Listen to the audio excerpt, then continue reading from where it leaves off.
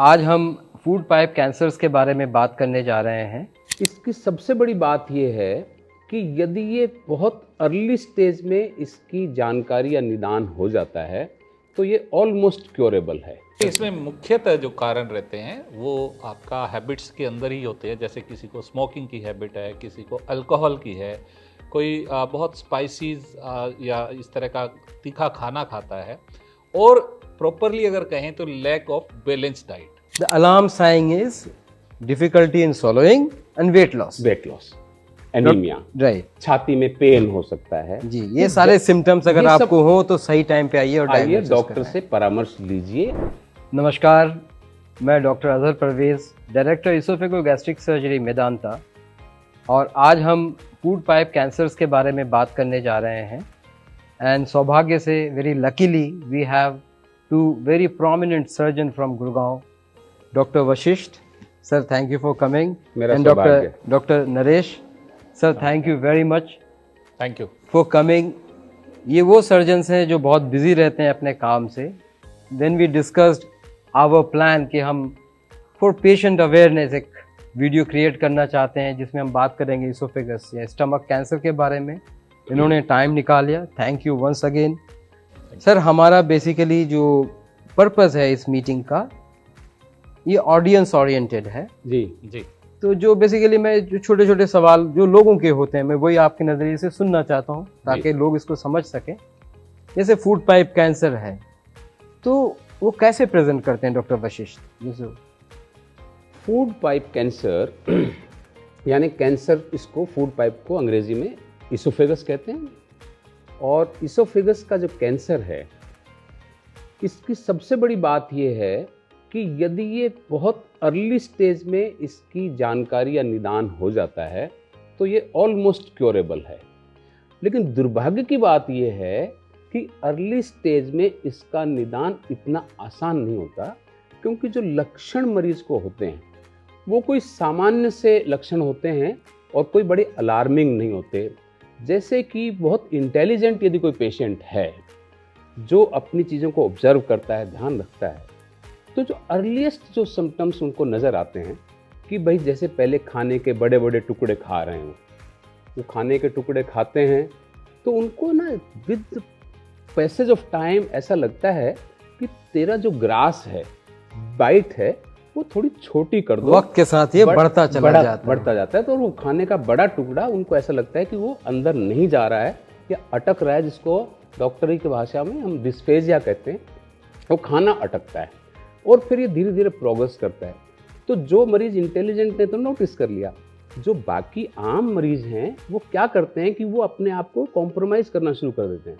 तो जैसे सॉलिड खाना है या जो मांसाहारी हैं, मटन वगैरह जो खाते हैं, वो क्या करेंगे कि वो ना सेमी, जैसे दलिया, खिचड़ी, तो बेसिकली धीरे धीरे सॉलिड से सॉफ्ट डाइट या लिक्विड डाइट की तरफ चलते चले। तो ये तो है प्लस अर्ली सिम्टम्स में।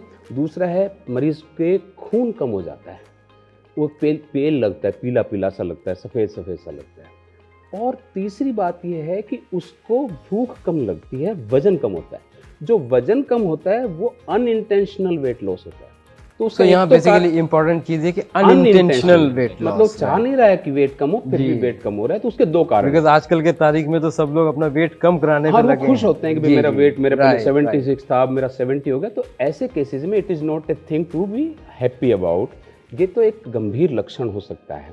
और वेट लॉस जो होता है उसका भी क्या है, रीज़न दो हैं। एक तो कैंसर इटसेल्फ, कैंसर के अलावा जो खाने की वो कमी कर रहा है धीरे धीरे, तो दोनों चीज़ें मिल करके उसका वो कम होगा। So nutshell basically doctor Vashisht ने बताया कि the alarm sign is difficulty in swallowing and weight loss, anaemia, right, छाती में पेन हो सकता है जी। ये सारे सिम्टम्स अगर आपको हो तो सही टाइम पे आइए और डॉक्टर से परामर्श लीजिए। अपने जीपी के पास जाइए, उससे लगेगा, वो कुछ जांचें करवाएगा, आगे भेजेगा। लेकिन जैसे जैसे डिजीज प्रोग्रेस करती है तो ये दिक्कतें बढ़ती हैं। फिर उसको वॉमिटिंग हो सकती है, या वो खाना खाएगा उसको निकाल सकता है, जिसको रिगर्जिटेशन बोलते हैं।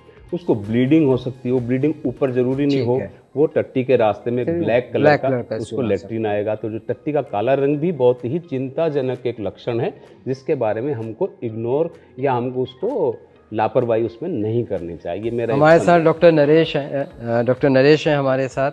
सर, जैसे इस तरह के पेशेंट आते हैं तो वो पूछते हैं रिस्क फैक्टर्स के बारे में कि किस कारण से फूड पाइप के कैंसर्स होते हैं, तो हमारे ऑडियंस को बताएं कि कैसे वो फूड पाइप देखिए, इसमें मुख्यतः जो कारण रहते हैं वो आपका हैबिट्स के अंदर ही होते हैं। जैसे किसी को स्मोकिंग की हैबिट है, किसी को अल्कोहल की है, कोई बहुत स्पाइसीज या इस तरह का तीखा खाना खाता है, और प्रॉपरली अगर कहें तो lack of balance diet. Balance diet का मतलब अगर हम कहें तो आपके खाने में जैसे हम कार्ब्स, प्रोटीन, फैट्स, इसके हिसाब से हम बैलेंस करते हैं, साथ के साथ वाइटामिन और फाइबर प्रॉपर होना चाहिए।